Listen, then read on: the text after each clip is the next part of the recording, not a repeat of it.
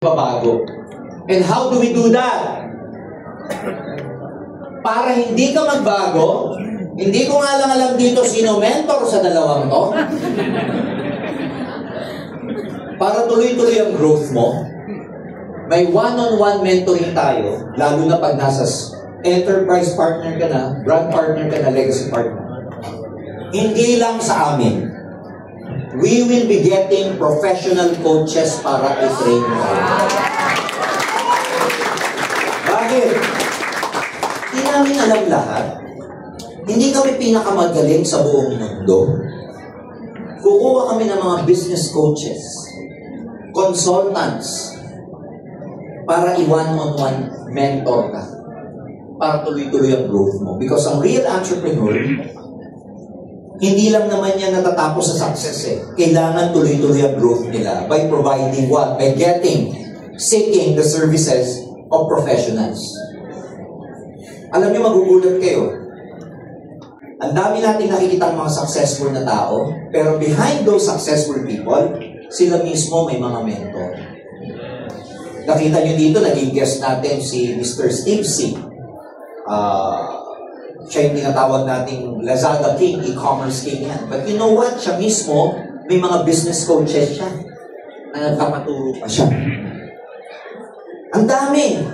Even yung mga mayayaman, even yung mga serial entrepreneurs, sila mismo may mga business coaches din.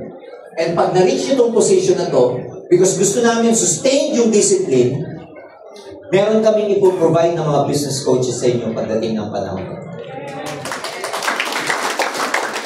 Kasi very challenging yun.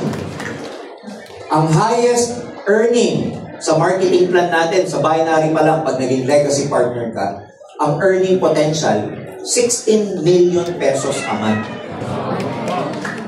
Hindi kasama yung unilevel, override, tsaka overrides nyo sa binary and unilevel.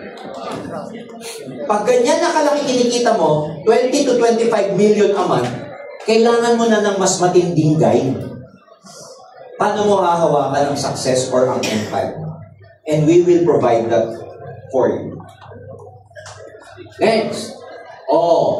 Ito na yung proper training. Kanina, intro pa lang.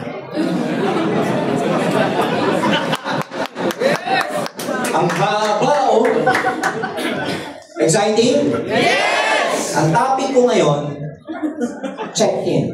C1. Yung kanina, yun yung module. Ito, yung mindset. Ito yung mentality mo pag nagsisimula ka. Tandaan nyo, nasa flight path tayo, kaya dapat ang mindset mo, hindi ka pasahero. Piloto ka. Yes. Kaya nga ako nakaganito. Kaya lang umangat eh. Dapat nandito lang. Mali yung nagtahe. Sabi ko dito eh. What separates the pilots from the passengers? Attitude. Okay? While passengers wait for direction, ang piloto, they set the course. While others hope for smooth skies, leaders train for turbulence. Pag pasahero ka, wala kang masyadong responsibility. Tama? Just come on time, check in, drop your luggages. Pagkapunta ka sa gate mo, hintayin mo yung flight mo, pag-upo, fasten your seatbelt. Ang piloto, hindi ganun. Ang piloto, they set the course. Tinitignan niya yung flight path. Nag-check. Meron sila mga ground crew na kino-communicate nila. Tayo, gusto natin smooth skies, pero sila, laging handa. Para in case of turbulence, hangin, or whatever, handa sila. Success in network marketing doesn't start with scripts or sales. Kala natin, dapat may galing ka. Tama naman yun. Tama yung script mo. May plano ka, tama naman yun, pero kulang. Success in network marketing starts with a cockpit between your ears. Your mind. Kaya bago tayo magsimula, bago tayo pumunta sa skills, mentality muna pag-uusapan natin. Dapat tama muna ang mentality mo, ang mindset mo. So minsan, ito yung mga kadalasan nagiging critical failures ng network marketers as a pilot. Pag nagsimula ka sa business ng networking, guess what? Dapat iwasan mo yung small-time attitude. Palakihin niyo po yung mental value. Bakit? nasa Ascendra International ka na, kailangan lumawak na ng gusto yung mental wallet. When I say mental wallet, lawakan mo siya. Paniwalaan mo na kaya mong kumita ng 1 million a month. Yes! I'm telling you this, sa panahon ngayon, I'm telling you, because I've been there, done that. Habang wala ka pa sa 1 million, kala mo laki-laki ng 1 million, pero sa panahon ngayon, napakaliit na po ng 1 million. Yes. Alam niyo, pag hinawakan ka 1 million, 10 bundle lang ng tig-100,000 piso. Ito lang siya pag hinawakan mo. Ang gaan. Hindi ka makabili ng brand yung sasakyan sa 1 million sa panahon ngayon. Ang liit nun, kaya pag ikaw, sa tingin mo, ang laki ng 1 million, parang hindi ko kaya yan. 200 lang ako, 200, ayos na. You're wrong. 1 million na value ngayon, ang liit na po ng 1 million na value ngayon. Ay, huwag kayo malalakihan dyan. Huwag yung tipong di mo kaya yan kasi ang laki-laki, hindi po. Ang 1 million doable. Can you imagine yung isa nating top distributor? 2 weeks na cheque, nag-encash, 913,000.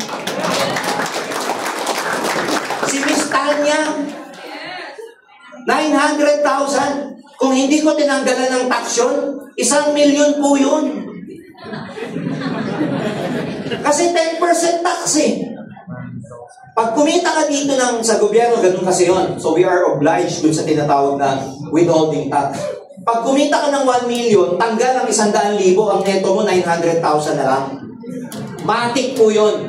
Nasa system namin yun, hindi ko pwedeng dayain. Sabi ko kay Tanya, wait mo na to. Okay. Kaya yung 1 million niya, nagneto na lang ng 913 kasi minus 10% po yun. Yung mga nakatanggap sa inyo ng cheque kahapon, minus 10% lahat yan. Withholding tax yun eh.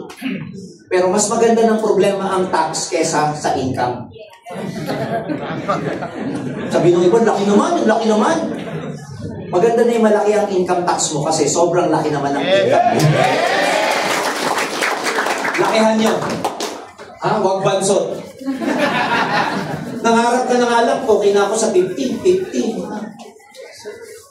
Tingnan mo yung pangarap mo malaki. Tingnan mo rin yung sarili mo na kaya mo. Na deserve mo. Big time attitude ka dapat. Galaw ang milyonaryo, itsurang milyonaryo, amoy milyonaryo.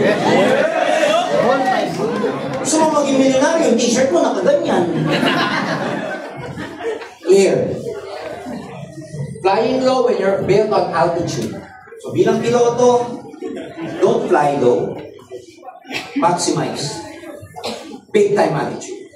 Are we clear? Yes. Isa pa, procrastination. Putting off till tomorrow what can be done today. The flight delay that kills momentum. Sipin mo, sabi ng piloto, pinapa-flight na kayo pinapalipad na kayo ng flight control. O, lipad ka na sa runway 2. Yung piloto, yoko nga. Inom pa ako eh. Oops pa ako eh.